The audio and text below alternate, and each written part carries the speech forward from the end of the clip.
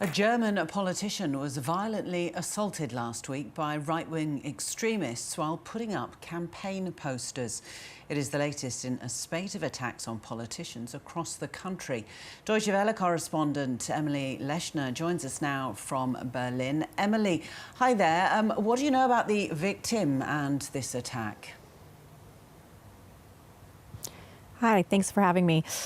Well, the man who was attacked is named Matthias Ecke. He's an elected member of European Parliament and a member of the center-left Social Democrats, which is the party of Chancellor Olaf Scholz. And he was in Dresden, as you said, hanging up campaign posters for the European parliamentary elections that are coming up in June when he was brutally attacked. He suffered a broken cheekbone and an eye socket and required emergency surgery.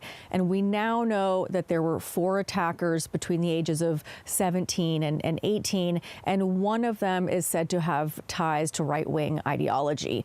And though this attack has gotten quite a bit of attention, including a condemnation from Olaf Scholz, it wasn't the only one that day. Campaign workers for the Green Party were assaulted on the same street less than 1 hour before this incident with Matthias Ecke. Gosh, and Emily, are these attacks linked to the upcoming EU elections, or is it part of a larger trend? Well, I mean, it's certainly easier to target someone when you see them putting up campaign posters. So you could say that that is in part because of the upcoming elections. But it would also be ignoring that there has been a significant uptick in attacks on politicians over the past few years.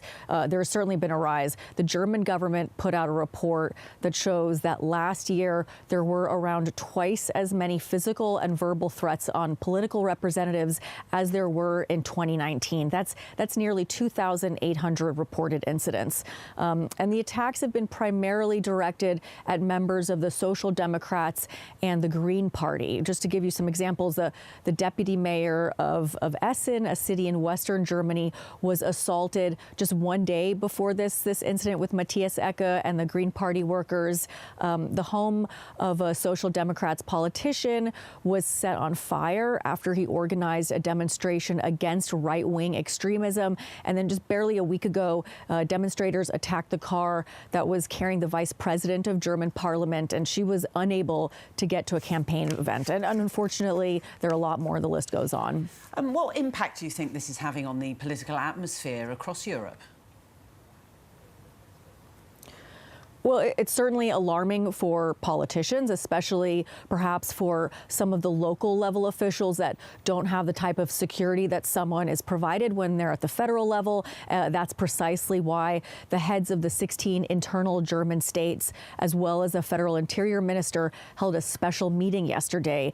They discussed what could be done to better protect politicians, both on the local and the federal level. And there was a poll taken recently that showed that more than 40% of the 6,400 German mayors that they surveyed said that they had been threatened or insulted or physically attacked.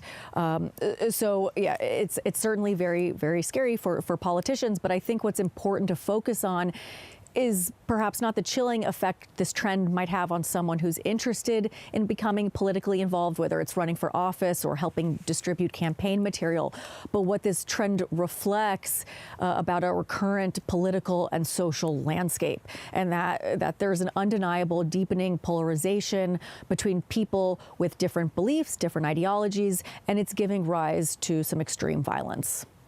Emily Leshner, thank you very much.